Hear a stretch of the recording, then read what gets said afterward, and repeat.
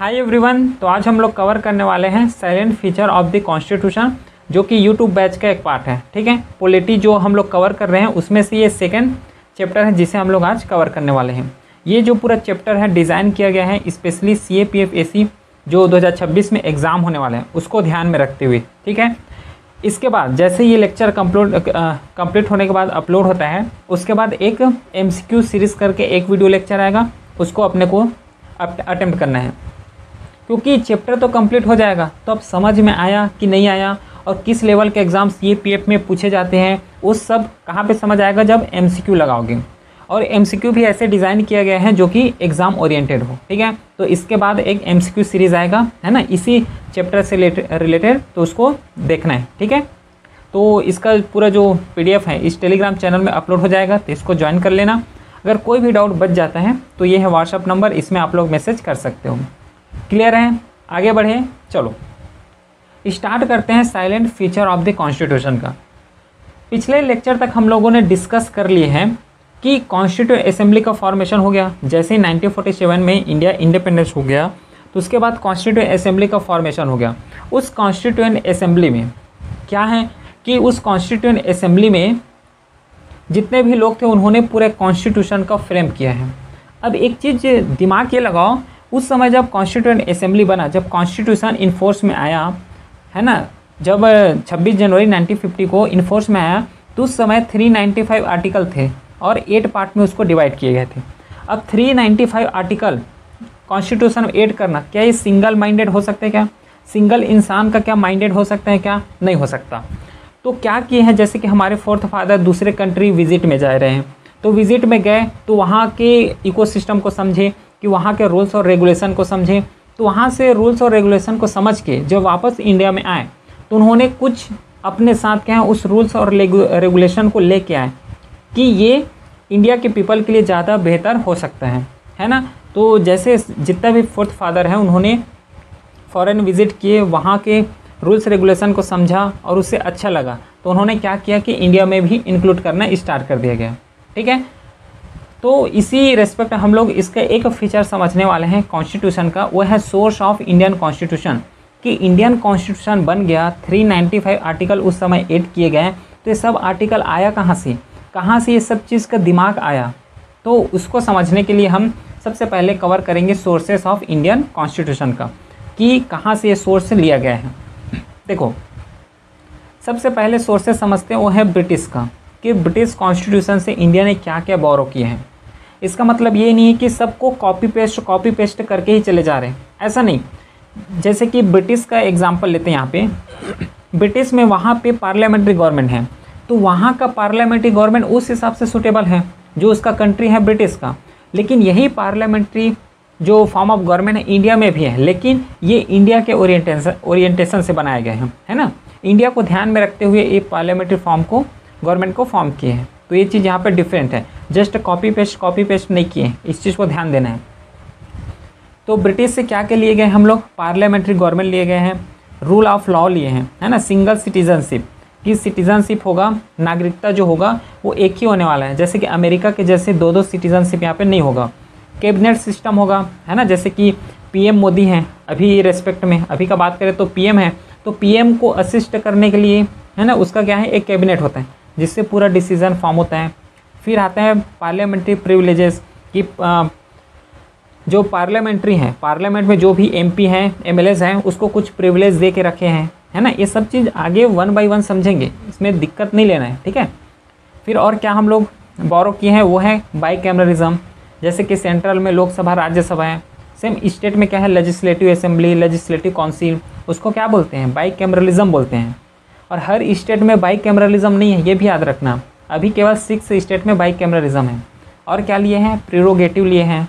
ठीक है, जैसे ही ब्रिटिश से लिए गए हैं, सेम आयरिश कॉन्स्टिट्यूशन से क्या क्या हमने बोरो किए हैं उसको देखते हैं। एक है DPSP, जैसे कि गवर्नमेंट जब भी रूल बनाएगा तो ये नहीं कि अपने मन से रूल बना देगा, तो रूल कैसे होना चाहिए, कैसे पीपल के लिए अकाउंटेबल होना चाहिए, कैसे पीपल के लिए एक फेयरनेस रूल बनना चाहिए, ये गाइड कौन करता है? DPSP गाइड करते हैं। ठीक है, इसको पढ़ेंगे तो पूरा प्रॉपर एक चैप्टर है DPSP का, आगे हम लोग इसको कवर करेंगे। फिर आता है मेथड ऑफ इलेक्शन कि प्रेसिडेंट का इलेक्शन कैसे होना चाहिए, डायरेक्ट अपॉइंटमेंट होना चाहिए कि इनडायरेक्ट अपॉइंटमेंट होना चाहिए प्रेसिडेंट का, ये सब इसमें आयरिश कॉन्स्टिट्यूशन से लिए गए हैं। Nomination of members to the Rajya Sabha, ठीक है। फिर यूएस से देखते हैं कि यूएस कॉन्स्टिट्यूशन से क्या हमने बोरो किए हैं।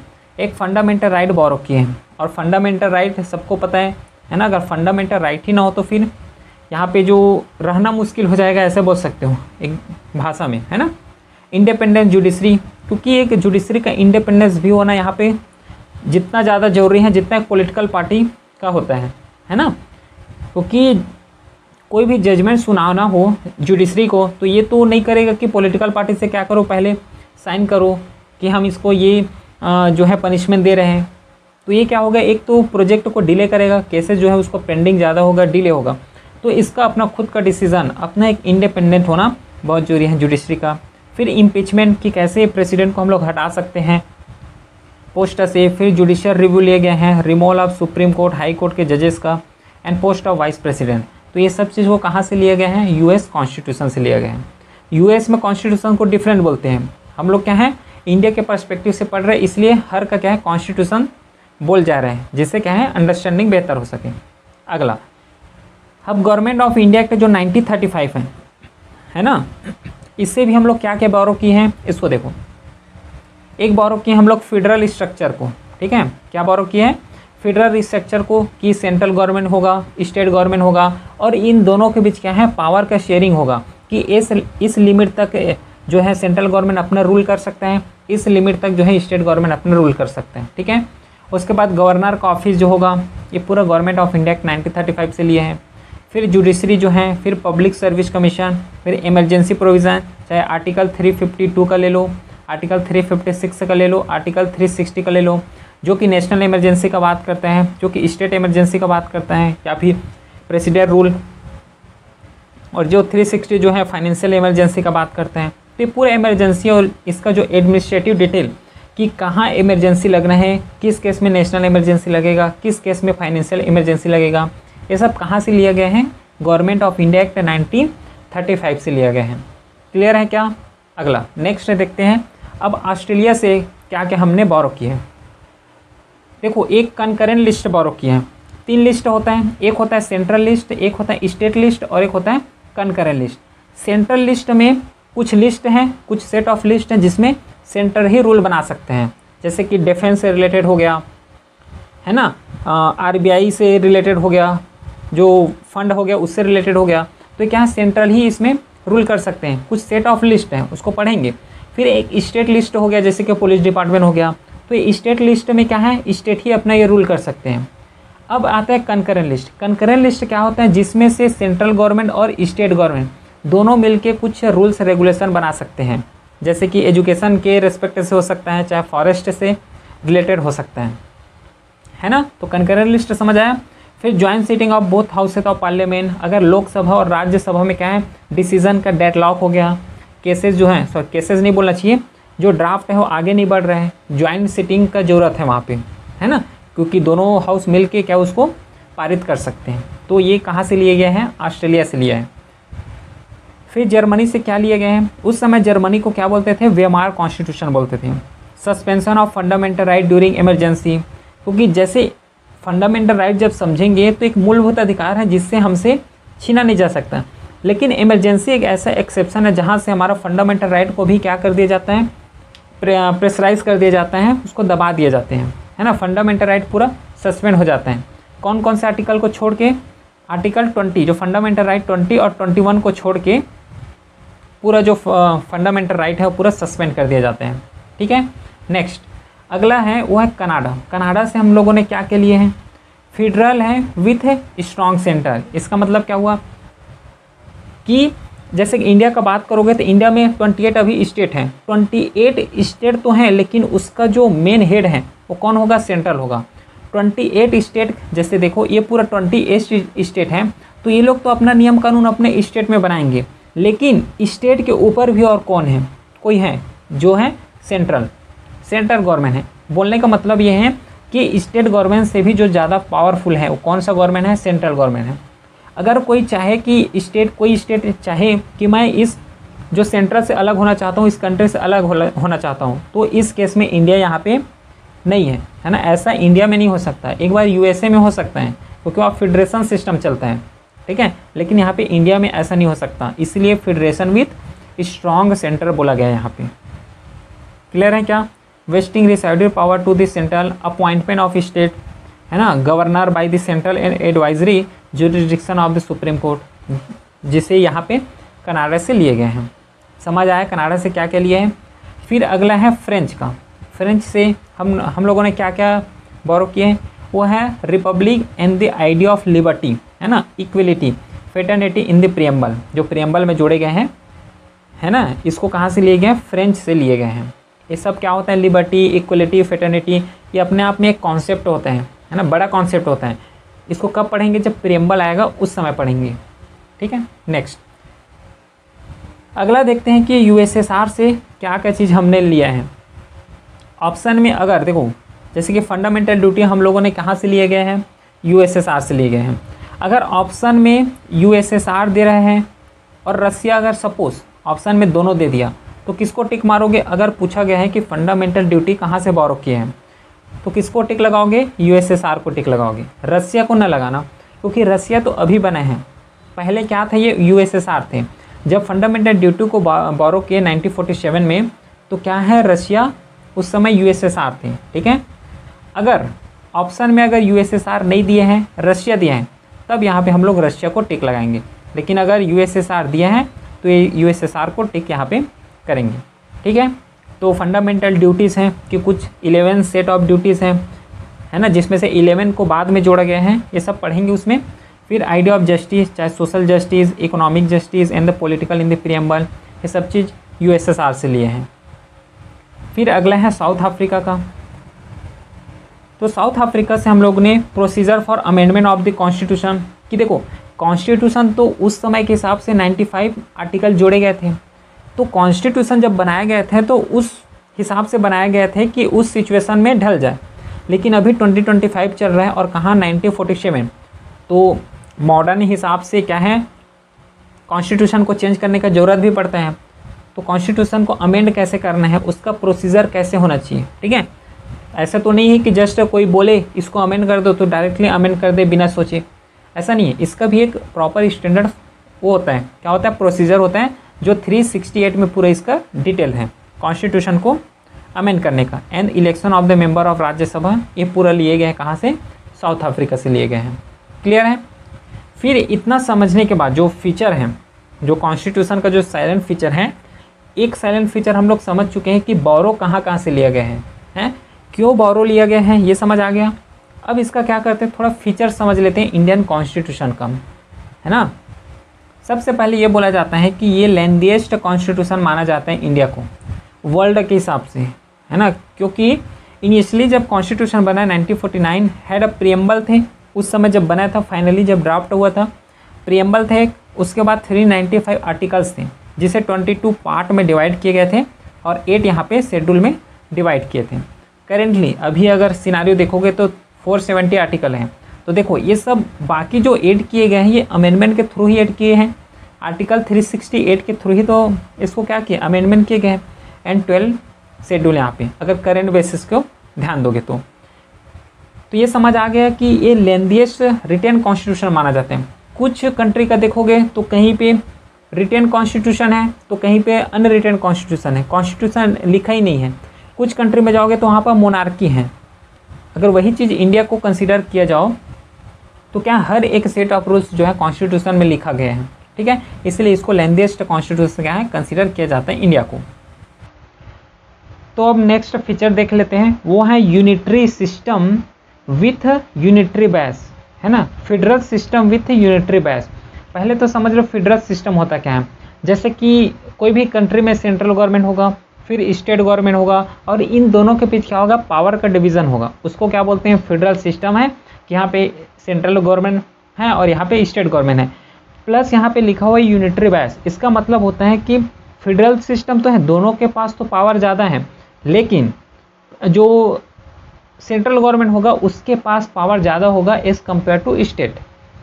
इसलिए यहाँ पे जो एक फीचर यहाँ पे जोड़ा गया है वह है silent feature of the constitution में वह फेडरल सिस्टम विथ यूनिटरी बायस। ऐसा क्यों जोड़ा गया है ये भी माइंड में आ सकता है, क्योंकि अगर मान लो कभी चाहे, जैसे कि एक पेज ले लेते हैं, वहाँ पे अच्छे से क्लियर समझ आ जाएगा। देखो यहाँ पे है ही है ये पेज। अब देखो यहाँ पे ये जो ऊपर का है, मान लो इसको स्टेट सेंट्रल कंसीडर कर सकते हैं, फिर उसके बाद ABC लिखा हुआ ये पूरा क्या है, एक स्टेट है। अब मान लो कभी चाहे कि स्टेट, मान लो स्टेट C चाहे कि मेरे को ये इंडिया से अलग होना है, इंडिया से अलग होना है, तो क्या यहाँ पे हो पाएगा? क्या नहीं हो पाएगा। क्यों नहीं हो पाएगा? क्योंकि यहाँ पे जो सेंट्रल है ये स्ट्रांग है, फेडरल सिस्टम तो है लेकिन यूनिटरी बायस है। ऐसा कोई भी स्टेट मन माना चाहे से अलग हो भी नहीं सकता, समझ रहे हो?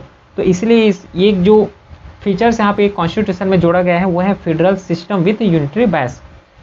The term federal is not used. यहाँ भी ध्यान देना है कि जो कॉन्स्टिट्यूशन में फेडरल सिस्टम या फिर फेडरल ऐसा कोई वर्ड लिखा नहीं है। एग्जाम में पूछ लेते हैं, आर्टिकल 1 डेजिग्नेटेड या फिर designated India as a union of state. देखो ये टर्म लिखा हुआ है, India as a union of state, कि जो इंडिया है पूरा स्टेटों से मिल के बना हुआ है, ठीक है। तो फेडरल फीचर समझ आ गया, जहाँ पे दो गवर्नमेंट हो, अगर फीचर्स देखना चाहोगे तो दो गवर्नमेंट हो, डिवीज़न ऑफ पावर होता है, रिटेन कॉन्स्टिट्यूशन होता है, बाई कैमरलिज्म होता है। कॉन्स्टिट्यूशन कहाँ, यहाँ पे सुप्रीमेसी देखने को मिलता है, इसको बोलते हैं हम लोग फेडरल सिस्टम है, ठीक है। दोनों के पास पावर क्या होगा, डिवीज़न होगा। और देख भी सकते हैं जो 7 शेड्यूल है उसमें सेंट्रल लिस्ट अलग है, स्टेट लिस्ट अलग है ना, कंकरेंट लिस्ट अलग है। फिर रिटेन कॉन्स्टिट्यूशन होगा, क्योंकि हर जो चीज़ है वो लिखित में होना चाहिए, है ना। तो रिटेन कॉन्स्टिट्यूशन भी है। अब ऐसा हो सकता है कि सेंट्रल भी है, स्टेट भी है, ठीक है। यहाँ पे समझोगे ये सेंट्रल भी है, ये स्टेट भी है। तो सेंट्रल जो रूल्स हैं अपना रूल्स चला रहे हैं, स्टेट जो हैं वो अपना रूल्स चला रहे हैं, तो ये क्या होगा, डिफरेंट हो जाएगा। सपोज करो अनरिटेन कॉन्स्टिट्यूशन है, जहाँ पे कॉन्स्टिट्यूशन लिखा ही नहीं है, तो यहाँ पे स्टेट अपना रूल चला रहे हैं, सेंट्रल अपना रूल चला रहे हैं, तो यहाँ पे क्या होगा, मिसमैच होगा, है ना। मान लो सपोज करो कि ये ए स्टेट है, ए स्टेट जो है बी स्टेट में जा रहे हैं, है ना, तो यहाँ का ट्रैफिक नियम अलग है, यहाँ का ट्रैफिक नियम अलग है, तो फिर यहाँ पे तो कंफ्यूज हो जाएंगे। तो अगर कॉन्स्टिट्यूशन है, एक एग्जांपल दिया हूँ यहाँ पे, तो जब कॉन्स्टिट्यूशन है तो यहाँ पे पूरा सेट ऑफ रूल्स जो है सब के लिए समान होगा। कोई स्टेट अगर ए स्टेट है बी में जाएगा तब भी वही रूल फॉलो होगा, बी स्टेट अगर सी में जा रहा है तब भी वही रूल यहाँ पे फॉलो होगा। अब बाई कैमरलिज्म का बात करें, जैसे कि सेंट्रल में लोकसभा राज्यसभा है, सेम स्टेट में लेजिस्लेटिव असेंबली लेजिस्लेटिव काउंसिल होता है। बाई कैमरलिज्म वहाँ सेटअप किया जाता है जहाँ पॉपुलेशन ज़्यादा हो, ठीक है। और इंडिया का अगर बात करोगे तो टोटल अभी 6 स्टेट में है बाई कैमरलिज्म। कौन कौन से स्टेट में है कमेंट करना, क्योंकि वहाँ से क्वेश्चन पूछ लेते हैं और पूछे भी हैं। फिर कॉन्स्टिट्यूशन यहाँ पे सुप्रीमेसी होगा, कोई अपना मन माना तरीके से कुछ भी कर ले, ऐसे यहाँ पे नहीं होने वाला है, ठीक है। फिर दूसरा जो है वो है unitary feature, strong centre authority होगा, सिंगल सिटीजनशिप होगा, ठीक है। जैसे कि 28 स्टेट हैं तो 28 स्टेट का अपना अलग अलग सिटीजनशिप प्लस सेंटर का अलग अपना सिटीजनशिप, ऐसा यहाँ पे चलने वाला नहीं है, ठीक है। पूरा इंडिया का अपने पास जो स्टेट का है, जैसे छत्तीसगढ़ का है तो छत्तीसगढ़ का है तो छत्तीसगढ़ का सिटीजनशिप अलग, और सेंट्रल में जाओगे तो वहाँ का सिटीजनशिप अलग। तो यहाँ पे सेंस ऑफ क्या होता है, डुअल सिटीजनशिप होता है, जो कि इंडिया में ये फॉलो नहीं किए जाते हैं। फिर इंटीग्रेटेड जुडिशरी है ना, पहले लोअर है, हाई कोर्ट है, फिर डिस्ट्रिक्ट, पहले तो डिस्ट्रिक्ट कोर्ट है, फिर हाई कोर्ट है, फिर सुप्रीम कोर्ट है। तो क्या पूरा इंटीग्रेटेड है, ठीक है। इंटीग्रेटेड जुडिशियल सिस्टम जो यूनिटरी का फीचर है ये बता रहा हूँ। फिर इमरजेंसी प्रोविज़न है, ठीक है, इमरजेंसी प्रोविज़न है। अब इंडिया को अगर बात करोगे, इंडिया का एग्जांपल लोगे तो ना तो यहाँ पे फेडरल फीचर यहाँ पे फॉलो होता है ठीक से, और न ही यूनिटरी फीचर है। इंडिया का अगर देखा जाए तो ये दोनों का मिक्सिंग होता है, फेडरल फीचर भी देखने को मिलता है, यूनिटरी फीचर भी देखने को मिलते हैं। कैसे, इंडिया में इंटीग्रेटेड जुडिशरी है, लेकिन ये तो यूनियन फीचर है, लेकिन इंडिया में भी फॉलो किए जाते हैं। इसका मतलब क्या हुआ कि इंडिया जो है मिक्स है, फेडरल फीचर्स का भी और यूनिटरी फीचर्स का भी। समझ आया कॉन्सेप्ट, पूरा डिटेल में पढ़ा रहा हूँ, ठीक है, तो इसको अच्छे से प्रिपेयर करना है। फिर जो और फीचर्स यहाँ पे हैं कॉन्स्टिट्यूशन का, वो है रिजिडिटी एंड फ्लेक्सिबिलिटी फीचर्स हैं यहाँ पे। क्योंकि उस समय का जो 1947 में कॉन्स्टिट्यूशन को अगर लुक देखोगे और अभी का लुक देखोगे तो वहाँ पे डिफरेंट हो जाएगा। क्योंकि उस समय का जो सिचुएशन था उसके हिसाब से बना था। लेकिन अभी 2025 चल रहे हैं तो उसमें अमेंडमेंट जरूरी है। जैसे कि मॉडर्न एज आगे बढ़ रहा है तो उसमें उस हिसाब से उस परिस्थिति को देखते हुए यहाँ पे कॉन्स्टिट्यूशन में अमेंडमेंट जरूरी होता है, जिससे हम लोग क्या बोलते हैं, फ्लेक्सिबिलिटी है। तो इंडियन कॉन्स्टिट्यूशन को अगर ध्यान से देखोगे तो ये फ्लेक्सिबिलिटी भी है और रिजिडिटी भी है। कैसे ये पता चलेगा, कोई भी जो नियम से रूल्स एंड रेगुलेशन बनता है तो दो तरीके के वोट होता है यहाँ पे। एक होता है सिंपल मेजोरिटी वाला और दूसरा होता है स्पेशल मेजोरिटी वाला, ठीक है। जिसमें से ये डिनोट करता है कि जो सिंपल मेजोरिटी है वो तो फ्लेक्सिबल है, लेकिन जो स्पेशल मेजोरिटी होते हैं वो थोड़ा कॉम्प्लेक्स होते हैं, वो थोड़ा रिजिडिटी होते हैं। तो यहाँ पे दोनों का ब्लेंड देखने को मिलता है इंडियन कॉन्स्टिट्यूशन में। जहाँ ज़रूरत हो वहाँ रिजिडिटी काम आता है और जहाँ ज़रूरत ना हो वहाँ फ्लेक्सिबिलिटी काम आता है, ठीक है। मतलब जहाँ ज़रूरत हो उस हिसाब से इसको यूज़ किए जाते हैं। तो ब्लेंड रिजिडिटी, रिजिड जैसे कि यूएस का कॉन्स्टिट्यूशन वो रिजिड है, इतना आसानी से उसको अमेंड नहीं कर सकते हैं। और यूके का जो है, यूनाइटेड किंगडम जो ब्रिटिश का है, उसका फ्लेक्सिबल है ना। तो वो तो अपना जब चाहे तब कॉन्स्टिट्यूशन को अमेंड कर ले। लेकिन इंडिया के केस में दोनों का यहाँ पर ब्लेंड देखने को मिलता है, ठीक है, रिजिडिटी और फ्लेक्सिबिलिटी का। समझ आया? हर एक सिंगल पॉइंट को समझाते हुए चल रहा हूँ, ठीक है। तो कोई डाउट यहाँ पे रहना नहीं चाहिए। फिर पार्लियामेंट्री फॉर्म ऑफ गवर्नमेंट होगा। कई स्टेट में, कई कंट्री में जाओगे तो वहाँ पे मोनार्क चलता है ना, मोनार्क चल रहा है। कई स्टेट में जाओगे तो वहाँ तक प्रेसिडेंशियल फॉर्म ऑफ गवर्नमेंट चलता है। लेकिन इंडिया में जो है पार्लियामेंट्री फॉर्म ऑफ गवर्नमेंट चलता है। इसका मतलब क्या हुआ कि यहाँ पे पूरे जनता के द्वारा जो चुने गए पीपल है वो गवर्नमेंट को फॉर्म करने वाला है। वहाँ से रूल्स एंड रेगुलेशन फ्रेम होगा बिहाफ ऑफ किसके, पीपल के द्वारा, जिसके द्वारा जो एमएलए एमपी जो है चुन के जा रहे हैं, ठीक है। तो पार्लियामेंट्री फॉर्म ऑफ गवर्नमेंट में डाइवर्सिफाई होता है, डाइवर्स अप्रोच लेके चलते हैं। सपोज करो यहीं पे प्रेसिडेंशियल फॉर्म ऑफ गवर्नमेंट हो गया, तो प्रेसिडेंशियल में क्या होता है कि जितना भी टोटल कंट्रोल होगा उस कंट्री का वो एक प्रेसिडेंट के हाथ में पूरा सिमट के रह जाता है, इसी के पास कंट्रोल होता है, ठीक है। नहीं ये कोई नियम कानून अपने हिसाब से क्या है फ्रेम करना स्टार्ट कर देते हैं जब अगर प्रेसिडेंशियल फॉर्म ऑफ गवर्नमेंट को देखोगे तो। लेकिन पार्लियामेंट्री फॉर्म ऑफ गवर्नमेंट क्या है, जहाँ से पूरा जनता चुन के अपना एमएलए एमपी वहाँ पे बैठा रहे हैं। तो based on the British Westminster model, executive are accountable to parliament, ठीक है। कौन है, एग्जीक्यूटिव। तो तीन फॉर्म यहाँ पे हम ऑर्गन समझते हैं, एग्जीक्यूटिव, लेजिस्लेचर और जुडिशरी। समझ आया पार्लियामेंट्री फॉर्म ऑफ गवर्नमेंट क्या होते हैं। अगला जो फीचर्स जोड़े गए हैं वो कॉन्स्टिट्यूशन में क्या है, इंटीग्रेटेड एंड इंडिपेंडेंट जुडिशरी है। इंटीग्रेटेड का समझ आ गया कि पहले डिस्ट्रिक्ट हैं, उसके ऊपर अगर सपोज करो डिस्ट्रिक्ट में केस क्या है, अगर लग रहा है कि ये केस जो सही है फिर भी उसको, समझ रहे हो, मतलब हम यहाँ पे ये समझना कि पहले क्या होगा, डिस्ट्रिक्ट कोर्ट होगा, उसके बाद हाई कोर्ट आएगा, उसके बाद क्या आएगा, सुप्रीम कोर्ट आएगा। ये तो इंटीग्रेटेड हो गया, लेकिन इंडिपेंडेंस भी जरूरी है, जुडिशरी का इंडिपेंडेंस होना भी जरूरी है और इसको कॉन्स्टिट्यूशन में इनकलकेट भी किए हैं, इसका एक फीचर भी है, ठीक है। क्योंकि अगर देखा जाए तो जुडिशरी का इंडिपेंडेंट होना कैसे जरूरी हो सकता है। कोई भी केस अगर जा रहा है, मान लो केस ही चला गया, कोई सा भी एग्जाम्पल ले लो, कोई सा भी केस अगर जा रहा है तो उसमें से अगर उसको पनिश करना है तो क्या वो उस गवर्नमेंट को पूछेंगे कि इसको पनिश कर रहे हैं कि नहीं कर रहे हैं, ऐसा नहीं। जुडिशरी हो तो अपना खुद का डिसीजन जो है वहाँ पे मायने रखता है, खुद का डिसीजन यहाँ पे लेना कंपलसरी होता है।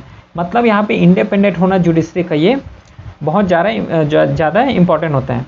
The supreme court at the apex body, supreme court है, इंश्योर फंडामेंटल राइट, क्योंकि फंडामेंटल राइट अगर देखोगे तो जो फंडामेंटल राइट है ये डायरेक्ट इन्फोर्समेंट कर सकते हो किसमें, सुप्रीम कोर्ट में। और ऐसे कुछ केसेस होते हैं जिसमें डायरेक्ट सुप्रीम कोर्ट में केस नहीं लगा सकते, पहले किस में जाओगे, लोअर कोर्ट में, फिर डिस्ट्रिक्ट कोर्ट में, हाई कोर्ट में, तब सुप्रीम कोर्ट में जाएगा। लेकिन फंडामेंटल राइट जो है डायरेक्टली सुप्रीम कोर्ट में अप्रोच हो जाता है। आर्टिकल कौन सा है, हाई कोर्ट में अगर फंडामेंटल के रेस्पेक्ट में जाओगे तो आर्टिकल 2 to 6 जाता है, सुप्रीम कोर्ट में जाते हो तो 32 जाता है, ठीक है। कॉन्स्टिट्यूशनल गार्जियन माने जाते हैं, single judicial system enforce both central and state law, ठीक है। तो एक चीज़ को यहाँ पे ध्यान देना है। और एक एग्जांपल यहाँ पे मैं लेता हूँ, मान लो ए स्टेट यहाँ पे है और यहाँ पे बी स्टेट है, अगर दोनों का सपोज करो लड़ाई हो गया तो ये कहाँ के पास जाएगा, हाई कोर्ट के पास जाएगा कि सुप्रीम कोर्ट के पास जाएगा। क्योंकि हाई कोर्ट क्या होता है, हर स्टेट में एक अपना खुद का हाई कोर्ट होता है ना। तो दोनों के पास हाई कोर्ट है, तो क्या दोनों के पास हाई कोर्ट में थोड़ा जाएंगे, ये दोनों कहाँ पे जाने वाले हैं, डायरेक्टली अपेक्स कोर्ट जो है सुप्रीम कोर्ट में जाएगा। मतलब यहाँ पे एक लिंक यही कर रहे हैं कि जो जुडिशियल सिस्टम वो क्या है, इंटीग्रेटेड है, ठीक है, इंटीग्रेटेड है। फिर एक और जो फीचर्स जोड़े गए हैं कॉन्स्टिट्यूशन में वो है एडल्ट यूनिवर्सल एडल्ट फ्रेंचाइज का है। इसमें वोट को लोअर किया गया है 61st constitutional amendment act 1989 for basis for election. पहले कितना था, 21 था। पहले जो वोटिंग राइट थे कि वोट देने जाते थे वो 21 थे। फिर इसको 18 में रिड्यूस किए हैं। कब किए, 61st constitutional amendment act CAA constitutional amendment act 1989, इसको याद रखना। अगर 18 एज हो गया तो सब लोगों को क्या है, वोट का अधिकार यहाँ पे मिल जाता है। तो ये एक फीचर है। कई कंट्री में ऐसा है कि यहाँ पे हर किसी को वोट का अधिकार नहीं है।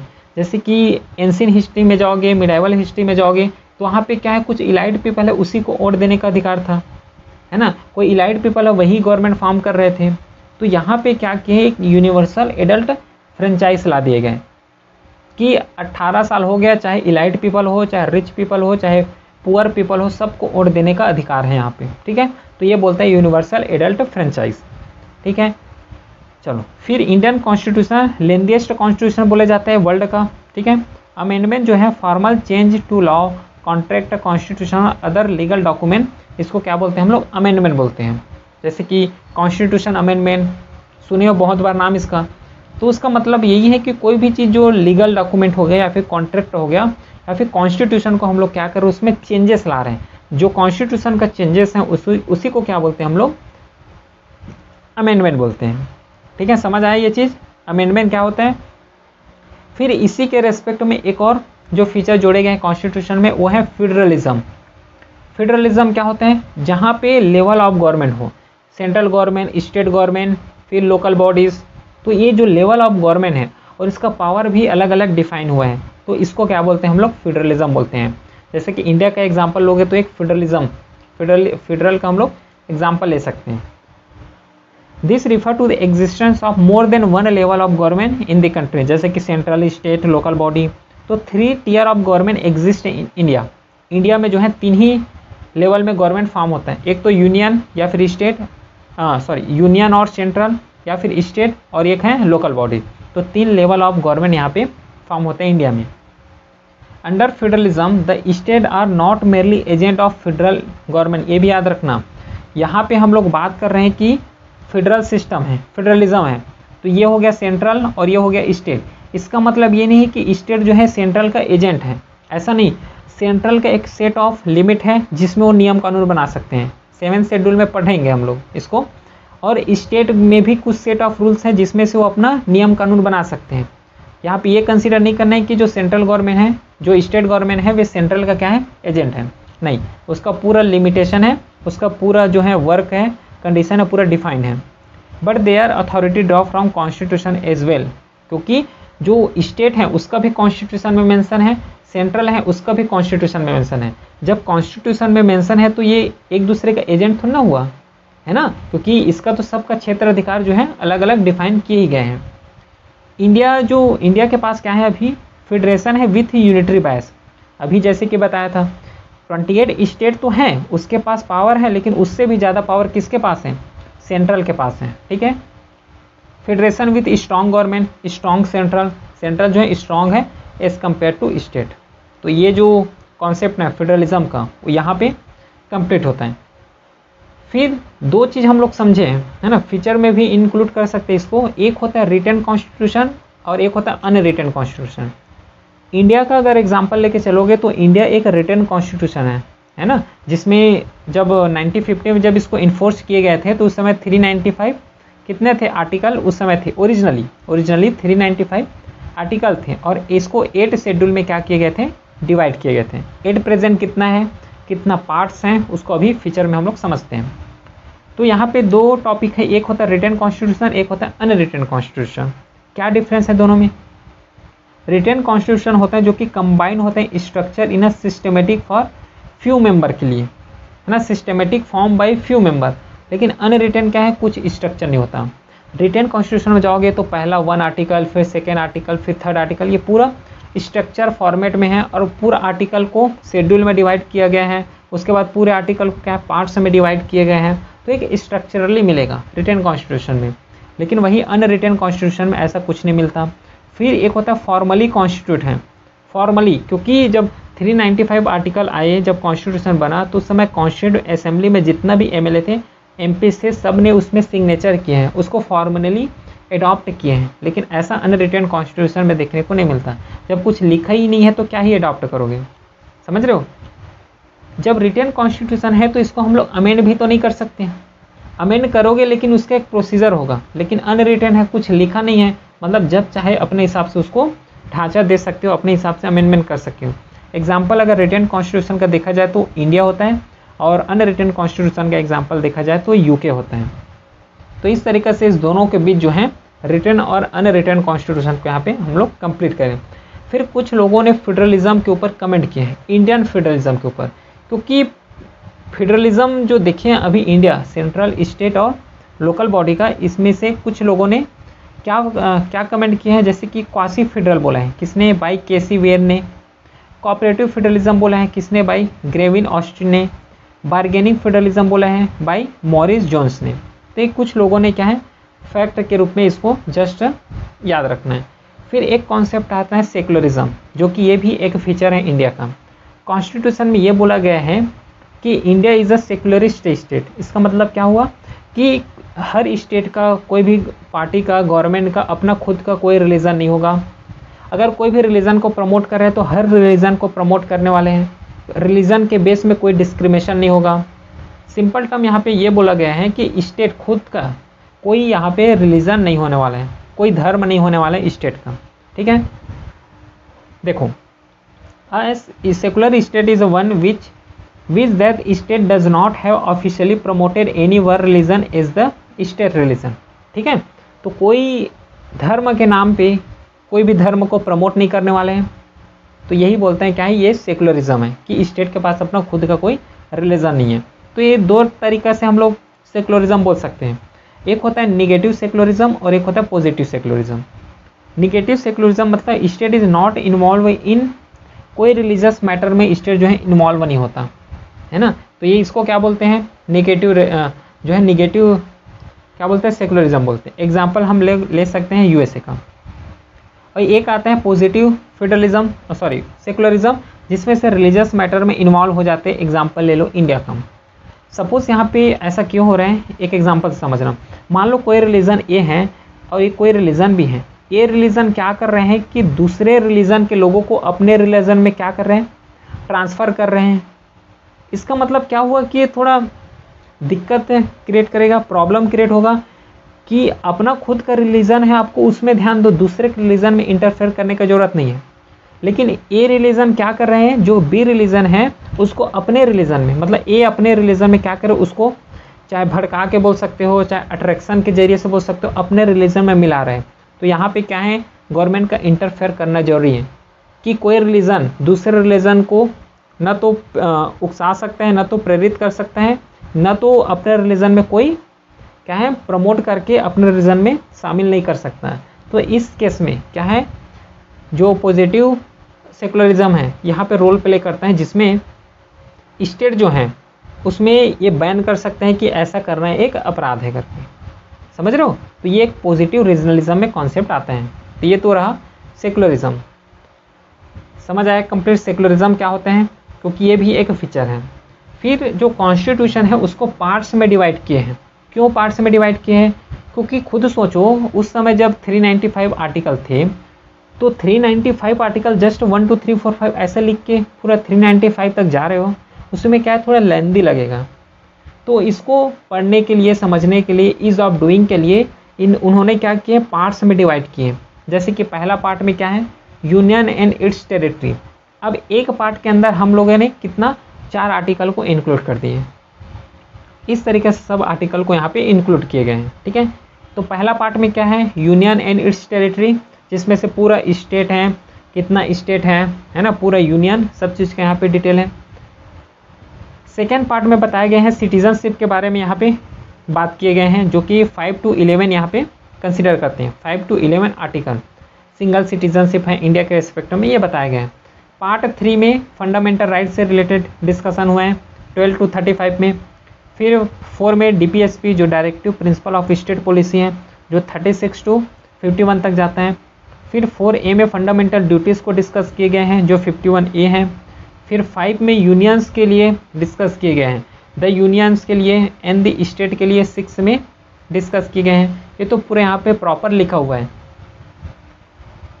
ठीक है। फिर 7 में state in part B of the first schedule, ये सबको डिटेल में समझेंगे जब इसका चैप्टर आएगा तो समझेंगे। ये तो हम लोग कॉन्स्टिट्यूशन का एक बेसिक समझ रहे हैं, एक फीचर समझ रहे हैं यहाँ पे, ठीक है। ये नहीं समझना कि यहाँ पे पंचायत आ गया तो पंचायत के बारे में कुछ बता ही नहीं रहे, ये अलग से चैप्टर है, पूरा डिटेल चैप्टर हमें इसको पढ़ना है ना। तो ये जस्ट ब्रीफली ओवरव्यू दे रहे हूँ यहाँ पे, ठीक है। फिर यूनियन टेरिटरी हो गया, फिर पंचायत हो गया, म्यूनिसिपैलिटी हो गया। इसका पार्ट को याद रखना कौन से पार्ट में ये इंक्लूडेड है, क्योंकि यहाँ से क्वेश्चन पूछ लेते हैं। तो ये रहा पार्ट, इसको जस्ट एक बार रीड आउट बस करना है, ठीक है। ये आर्टिकल याद ना हो तो चलेगा, लेकिन ये आर्टिकल कम से कम 1 से 10 तक, 1 से 20 तक जितना भी हो सके उतना, या फिर जो इम्पोर्टेंट है ना, जो इम्पोर्टेंट पार्ट है उसको जस्ट कंसीडर करके चलना है, यहाँ पे याद करना है। क्लियर है इतना तक जो ये पार्ट रहा। उसके बाद शेड्यूल भी तो है, जैसे कि 22 पार्ट में डिवाइड किए गए हैं, सेम शेड्यूल में भी यहाँ पे डिवाइड किए गए हैं 12 शेड्यूल, है ना। 12 शेड्यूल तक इन्होंने क्या किए हैं, कॉन्स्टिट्यूशन को पूरा डिवाइड कर दिए गए हैं। तो देखो ठीक, पहला शेड्यूल से स्टार्ट करते हैं। फर्स्ट शेड्यूल में क्या बोला गया है कि list the state and union territory along with their territory, मतलब जितना भी स्टेट्स हैं प्लस यूनियन टेरिटरी हैं, इसका सब यहाँ पे डिटेल यहाँ पे बताया गया है।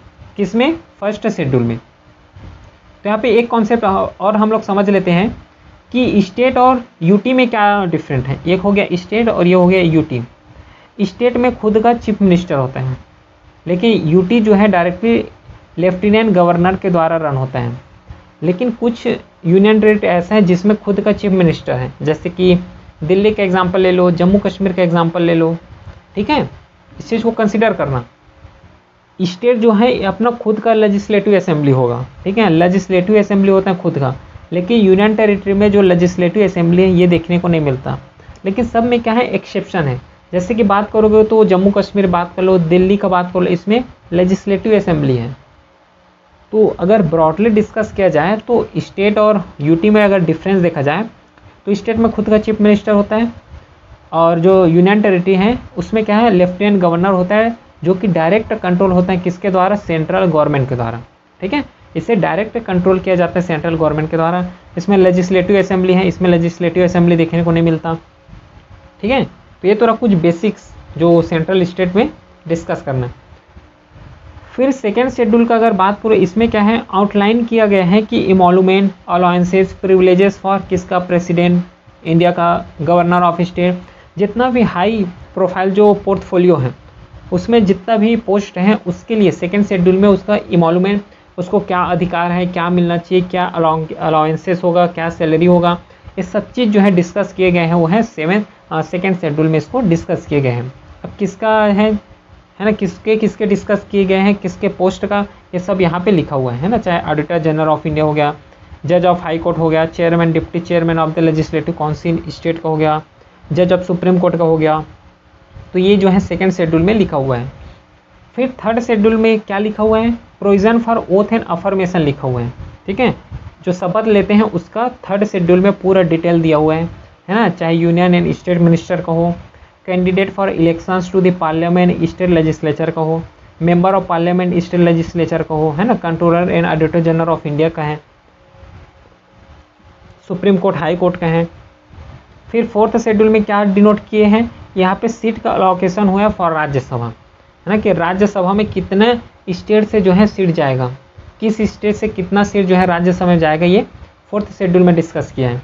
फिर फिफ्थ शेड्यूल का अगर देखोगे तो administration of schedule area in certain state, कि इस स्टेट में जो है शेड्यूल एरिया है तो उसमें कैसे हमें एडमिनिस्ट्रेशन करना है। क्योंकि सिटी लाइफ का अगर देखोगे और एक ट्राइबल एरिया का देखोगे, इसमें क्या है, ज़मीन आसमान का फ़र्क होता है। सिटी लाइफ है, सिटी में रह रहे हो, मतलब यहाँ पे रूल्स एंड रेगुलेशन थोड़ा डिफरेंट होना चाहिए as compare to tribal area का, है ना। क्योंकि ट्राइबल एरिया अभी के इस रेस्पेक्ट देखा जाए तो सेंसिटिव इशू है यहाँ पे, तो इसको इस हिसाब से उसके हिसाब से यहाँ पे एडमिनिस्ट्रेशन करना यहाँ पे जरूरी है। तो 5th शेड्यूल में इसको इनकलकेट किए गए हैं। फिर 6th शेड्यूल में क्या है, एडमिनिस्ट्रेशन ही करेंगे ट्राइबल एरिया, लेकिन यहाँ पे 4 ही स्टेट में ये ट्राइबल एरिया एडमिनिस्ट्रेशन जो है डील करेंगे। कौन कौन से, असम, मेघालय, त्रिपुरा और मिजोरम। इस चारों को रट लो, क्वेश्चन पूछते हैं 6th शेड्यूल में कौन कौन से स्टेट को इंक्लूड किया गया है करके। फिर 7th शेड्यूल में 3 लिस्ट को कंटेन किया गया है, इसको बता चुका हूँ, ज़्यादा टाइम यहाँ पे लेना नहीं है। एक यूनियन लिस्ट का, एक स्टेट लिस्ट का और एक कनकरेंट लिस्ट का, ठीक है। फिर 8th शेड्यूल का अगर बात करोगे, 8th शेड्यूल में क्या किया गया है कि इसमें से लैंग्वेज को क्या किए गए हैं, रिकॉग्नाइज किए गए हैं। ओरिजिनली जब कॉन्स्टिट्यूशन बना तो उस समय 14 ही लैंग्वेज को रिकॉग्नाइज किए गए थे, लेकिन अभी एट प्रेजेंट 22 लैंग्वेज को यहाँ पे रिकॉग्नाइज करके रखे हैं, ठीक है। तो ये लैंग्वेज से रिलेटेड हैं जो डील करते हैं किसमें, कौन से शेड्यूल में, 8th शेड्यूल में। फिर 9th शेड्यूल का अगर देखोगे तो act and regulation, originally 13 but present कितना है 280, two act of state legislature dealing with land reform and abolition of the zamindari system. ये 9th शेड्यूल में डिस्कस होते हैं, क्योंकि जब प्रिमिटिव देखोगे है ना, हिस्ट्री में जब देखोगे तो जमींदारी सिस्टम बहुत प्रचलन में थे। लैंड रिफॉर्म, क्योंकि पूरे जमींदार लोग हैं, पूरा लैंड को अपने पास ही रख लेते थे, अपने ही होल्ड करते थे, तो उसमें लैंड को रिफॉर्म लाने के लिए अबॉलिश किए गए जमींदारी सिस्टम को, ये सब इंक्लूड किए गए हैं 9th शेड्यूल में। फिर 10th शेड्यूल में एंटी डिफेक्शन लॉ को इंक्लूड किए गए कि जैसे क्या है, ये ए पॉलिटिकल पार्टी है, ये बी पॉलिटिकल पार्टी के मेंबर हैं, है ना, और ये है जो कि पॉलिटिकल पार्टी सी मान लेते हैं। तो ए क्या करेगा, अगर ये दोनों ए और बी को कैंडिडेट मान लेते हैं, सी को एक पॉलिटिकल पार्टी मान लेते हैं और डी को भी हम लोग एक पॉलिटिकल पार्टी मान लेते हैं। ए अगर ए को दिख रहा है कि सी जीत गया, तो क्या है, ए इसके साइड चला जाएगा। अब बाद में ये पता चला कि नहीं डी जीत रहे हैं, तो ए क्या है, फिर इसके साइड चला जा रहा है। मतलब जो जीत रहे हैं उसके साइड जो एमपी हैं, एमएलए हैं, जो है ना एमपी एमएलए है, वो क्या उसके साइड चले जाते थे। इसको क्या बोलते हैं, एंटी डिफेक्शन बोलते हैं, ठीक है। फिर 11th शेड्यूल का अगर देखोगे तो पंचायती राज से डील करता है। फिर 12th शेड्यूल जो है पंचायती राज जो अर्बन से डील करता है। 11th शेड्यूल रूरल को डील करता है और 12th शेड्यूल जो है अर्बन जो पंचायती राज है उसको यहाँ पे डील करता है। समझ आया। फिर एक जस्ट रिकैप ले लेते हैं कि ऑर्डर क्या होता है गवर्नमेंट का। तो सबसे हाई ऑर्डर जो है वो है प्रेसिडेंट। इंडिया का जो सबसे, जिसे फर्स्ट मैन ऑफ इंडिया बोलते हैं, वो प्रेसिडेंट है। उसके सेकंड आते हैं वाइस प्रेसिडेंट, फिर प्राइम मिनिस्टर, फिर governor of state with their respective state, former president, deputy prime minister. यहाँ पे चीफ जस्टिस और जो स्पीकर होता है लोकसभा के, ये दोनों का जो पोर्टफोलियो है, हर चीज़ क्या होता है वो सेम होता है, तो इसको यहाँ पे कंसिडर करके चलना है। फिर आता है अमेंडमेंट ऑफ द कॉन्स्टिट्यूशन। ये भी एक फीचर है क्योंकि अभी 25 चल रहे हैं। बना कब गया था, 1947 का, 1950 का, तो उस समय के सिचुएशन से बना था, लेकिन उसमें अमेंडमेंट करना यहाँ पे जरूरी है। तो ये क्या है, अमेंडमेंट क्या होता है, जिसमें से हम लोग कॉन्स्टिट्यूशन को क्या करते हैं, अमेंड करते हैं, कॉन्स्टिट्यूशन में चेंजेस लाते हैं, उसको हम लोग अमेंडमेंट बोल देते हैं। इट कैन बी इंट्रोड्यूस, जो अमेंडमेंट कॉन्स्टिट्यूशन का है, it can be introduce either house of parliament by minister of और प्राइवेट मेंबर। देखो यहाँ पे इसे अगर अमेंडमेंट करना है, कॉन्स्टिट्यूशन को अमेंडमेंट करना है, तो या तो चाहे लोकसभा में इंट्रोड्यूस कर लो, पारित कर लो, या फिर राज्यसभा में पारित कर लो। अब ये दोनों को पारित करने के लिए, है ना, जो कॉन्स्टिट्यूशन में अमेंडमेंट के लिए पारित करने के लिए या तो मिनिस्टर जा सकते हैं, मिनिस्टर मतलब जो मंत्री बने हुए हैं उसको बोलते हैं, या तो प्राइवेट मेंबर जा सकते हैं। प्राइवेट मेंबर मतलब जो अपोजिशन के मेंबर हैं उसको प्राइवेट मेंबर बोलते हैं, या फिर वो जा सकते हैं। लेकिन इसे स्टेट लेजिस्लेचर में इंट्रोड्यूस नहीं किया जा सकता, इसको याद रखना। क्यों? क्योंकि जो कॉन्स्टिट्यूशन है वो सेंट्रल के लिए बना है, मतलब सेंट्रल एज अ होल बना है, और यही central as a whole state में जाए तो मतलब 28 स्टेट हैं, और 28 स्टेट ये तो चाहेंगे कि अपने हिसाब से अमेंडमेंट कर लेते हैं। तो यहाँ से तो एक ही स्टेट के लिए ठीक रहेगा, लेकिन बाकी 27 स्टेट है उसके लिए तो नुकसान है, समझ रहे हो। तो इसे स्टेट लेजिस्लेचर में इंट्रोड्यूस नहीं किया जा सकता है, केवल इसे इंट्रोड्यूस किया जाता है या तो लोकसभा में या फिर राज्यसभा में। समझ आया। यहाँ पे अगर प्रेसिडेंट का रोल देखा जाए तो अमेंडमेंट लाने के लिए, कॉन्स्टिट्यूशन में अमेंडमेंट लाने के लिए प्रेसिडेंट का कोई यहाँ पे परमिशन का रिक्वायर नहीं होता, ठीक है। इसको याद रखना है। कई जो ड्राफ्ट हैं, कई रूल्स रेगुलेशन है जिसे अगर पारित करना है तो उसमें प्रेसिडेंट का ज़रूरत होता है, लेकिन यहाँ पे कोई प्रेसिडेंट के साइन का, परमिशन का यहाँ पे ज़रूरत नहीं है। इस चीज़ को ध्यान दे के चलना है, ठीक है।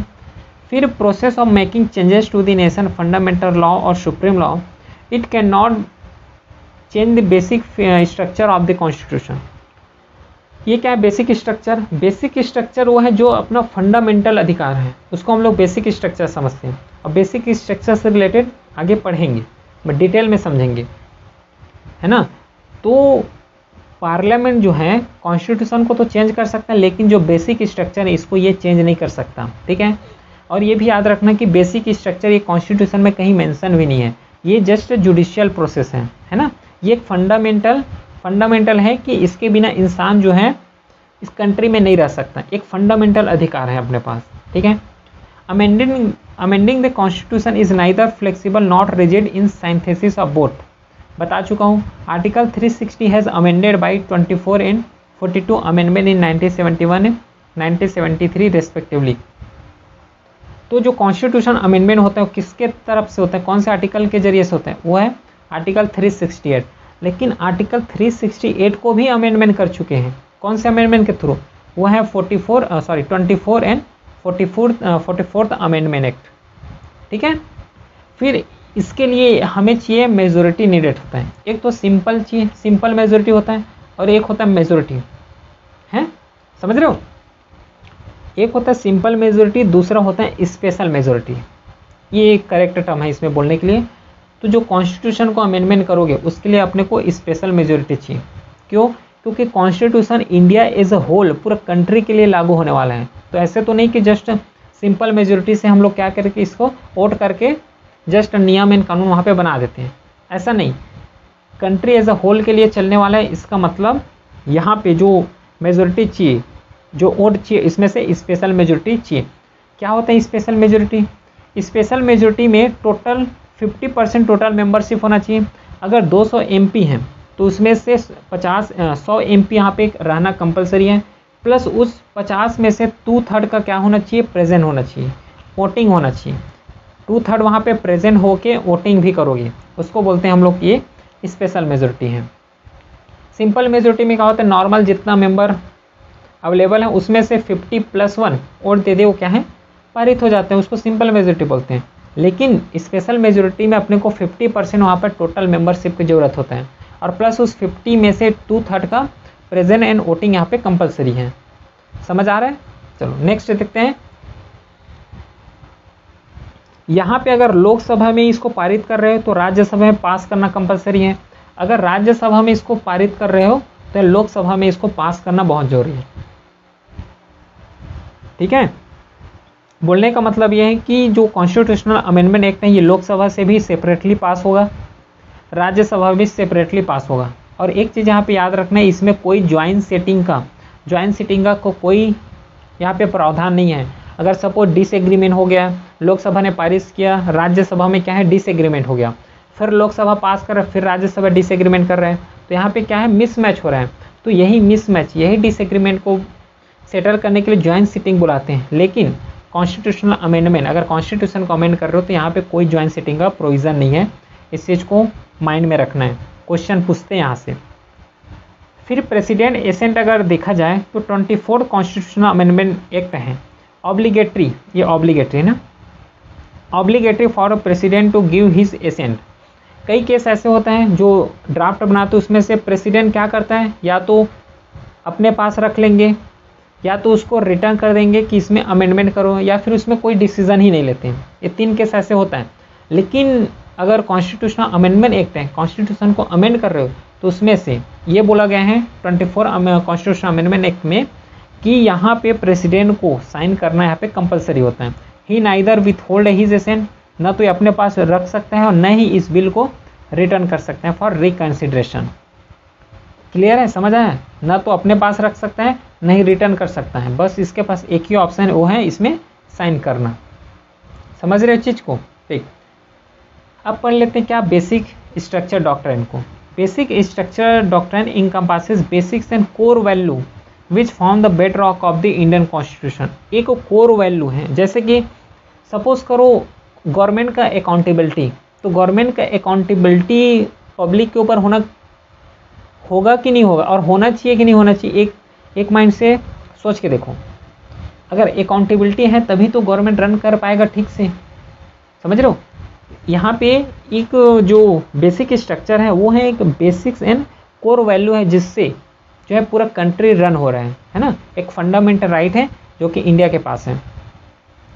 Neither defined under the constitution, not defined by the supreme court और एनी अदर कोर्ट। ये एक इवॉल्विंग प्रोसेस है, जैसे कि प्रीवियस स्लाइड में ही बताया, ना तो ये कॉन्स्टिट्यूशन में लिखा हुआ है और न ही इन्होंने सुप्रीम कोर्ट में इसको डिफाइन किया गया है और न ही अदर कोर्ट में डिफाइन किया हुआ है। ये एक इवॉल्विंग प्रोसेस है। सुप्रीम कोर्ट के पास जैसे केस आते चले जाते हैं, अगर लगता है कि इसको जो बेसिक स्ट्रक्चर उसमें ऐड कर देना चाहिए तो ऐड कर दे रहे हैं। फिर अगर दूसरा केस आया सुप्रीम कोर्ट के पास, उसे लगा कि ये भी बेसिक स्ट्रक्चर एक पार्ट होना चाहिए तो उसको भी इंक्लूड कर दिए। तो ऐसा है क्या बेसिक स्ट्रक्चर, इसको देखते हैं। Basic structure can not be amended by parliament under article 368। बता चुका हूँ इसको कि बेसिक स्ट्रक्चर को हम लोग अमेंडमेंट नहीं कर सकते हैं, ठीक है। अब बेसिक स्ट्रक्चर क्या है, एक हॉट इशू रहा है। जब आया ये बेसिक स्ट्रक्चर का टॉपिक तो उससे रिलेटेड कई जजमेंट यहाँ पे हुए हैं। जजमेंट को याद रखना है, इस केस को याद रखना है और इस केस में क्या क्या बात बोले गए हैं ये याद रखना है। और साथ में मैं तो बोलूँगा कि इसका जो ईयर है इसको याद रख लो, क्योंकि ईयर बेस्ड क्वेश्चन अभी देखने को मिला है CAPFSC में, है ना। तो पहला जजमेंट हम लोग देखते हैं वो है शंकरी प्रसाद केस का जो 1951 है। इसमें से क्या है, under article 368 parliament can amend fundamental right. तो सुप्रीम कोर्ट ने क्या बोला इस केस में कि पार्लियामेंट जो है फंडामेंटल राइट को अमेंडमेंट कर सकता है, ये इन्होंने बोल दिया। Article 30 include only ordinary law and not constitutional amendment law. Amendment average fundamental right can not be void under article 30। तो ये किस में बोला गया है, ये शंकरी प्रसाद केस में बोला है। फिर उसके बाद क्या आया, गोलकनाथ केस आया 1967 में। इन्होंने क्या बोला, fundamental right are transcendental and immutable, parliament can not abridge और take away any fundamental right. अब देख लो शंकरी प्रसाद जो केस आया 1951 में, इसमें ये बोला गया कि फंडामेंटल राइट को अमेंड कर सकते हो। फिर गोलकनाथ केस आया 1967 में, इसमें इन्होंने बोला है कि जो फंडामेंटल राइट है एक बेसिक्स वैल्यू है, कोर वैल्यू है, इसको हम लोग अमेंडमेंट नहीं कर सकते, ये बोल दिया गोलकनाथ केस में। तो constitutional amendment act are law under article 13, so any amendment violating fundamental right would be void under article 13 में, ये बोला गया है। फिर जो मोस्ट इंपॉर्टेंट केस आया है वो है केशवानंदा भारती केस। अगर डॉक्ट्रिन जो इसके हिसाब से अगर देखा जाए, बेसिक स्ट्रक्चर के हिसाब से देखा जाए, तो उसमें सबसे इंपॉर्टेंट जो केस है वो केशवानंदा भारती केस है 1973 का। इसमें क्या है, सुप्रीम कोर्ट ने ओवर रूल किया है its judgement in the Golaknath case and upheld the 24th amendment. मतलब क्या बोला कि the basic structure doctrine was laid by supreme court, ठीक है। तो केशवानंदा भारती केस में ओवर रूल किया है जजमेंट को, एक गोलकनाथ के केस को जजमेंट को ओवर रूल किया है और इन्होंने लाया है कि बेसिक स्ट्रक्चर का एक डॉक्ट्रिन ला दिया गया है। पार्लियामेंट, इन्होंने बोला क्या है, parliament can not alter the basic structure of constitution, parliament can not take away any fundamental right that form the basic structure. Fundamental right अलग है, बेसिक स्ट्रक्चर अलग है, ठीक है। ये तो ना तो फंडामेंटल राइट को अलग कर सकते हैं बेसिक स्ट्रक्चर से, ये चीज़ यहाँ पे केशवानंदा भारती केस में बोले गए हैं।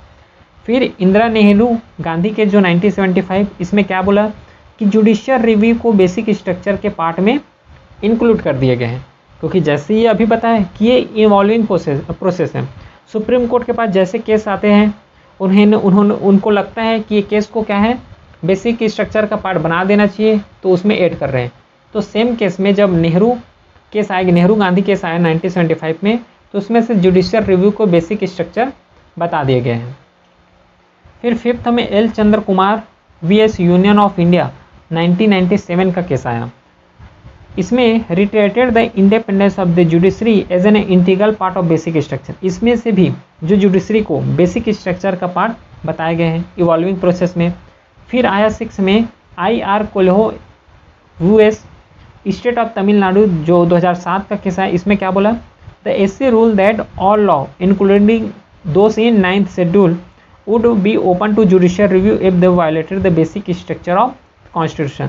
9th शेड्यूल क्या बोलते हैं, जिसमें से जो स्टेट हैं कितना सीट जाएगा राज्यसभा में, वही यहाँ पे डील करते हैं। तो IR Coelho state of Tamil Nadu case जो आया 2007 में, उन्होंने इस चीज़ को बोला गया है। ठीक है, समझ आया।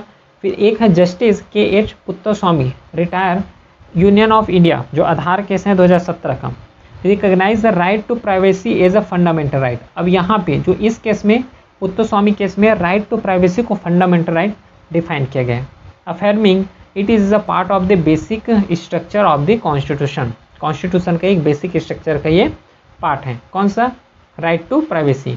तो ये चीज़ यहाँ पे बताए गए हैं। समझ आया। जजमेंट बेस्ड क्वेश्चन आते हैं, चाहो तो इसको अगर पेपर 2 में इंक्लूड भी कर सकते हो, डाटा को कोट कर सकते हो, जजमेंट को कोट कर सकते हो, ये भी यहाँ पे हेल्प करेगा।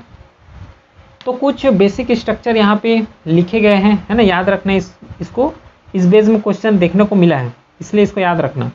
जैसे separation of power between legislative, executive, judiciary, ये है कौन है, बेसिक स्ट्रक्चर है, बेसिक स्ट्रक्चर डॉक्ट्रिन है। सॉवरेन डेमोक्रेटिक रिपब्लिक, ये भी पार्ट है। Balance between fundamental right, directive principle, power of high court, limited power of parliament to amend constitution, access to justice, federal character, फिर secular state, welfare state, unitary and integrity of nation, principle of equality, rule of law, है ना, parliamentary system, judicial review, dignity and freedom of the individual, supremacy of constitution, free and fair election, independence of judiciary. ये सब चीज़ को क्या है, basic structure में define करके रखा हुआ है कि ये क्या है, पूरा बेसिक स्ट्रक्चर है। क्लियर है, समझ आया। तो पूरा हम लोगों ने क्या किया, डिटेल समझे कि silent feature of the Indian constitution को। स्लाइड जो है इसमें मिल जाएगा। इसके बाद मॉक टेस्ट जरूर देना। ये पूरा स्लाइड तो अपलोड हो जाएगा, मॉक टेस्ट का भी स्लाइड यहाँ पे अपलोड हो जाएगा, लेकिन इसको पढ़ने के बाद एक बार मॉक टेस्ट देना है कि समझ तो आया कि हम लोग पढ़ें, वो समझ आया कि नहीं आया, जिससे कॉन्फिडेंस बूस्ट हो जाए। और जो PYQ सीरीज़ ला रहे हो, ऐसा नहीं है कि कहीं से भी उठा लिए, वो जो है एग्ज़ाम ओरिएंटेड है कि एग्ज़ाम में इस टाइप के क्वेश्चन पूछ सकते हैं। ठीक है, चलिए फिर मिलते हैं PYQ सीरीज़ के साथ, तब तक के लिए थैंक यू।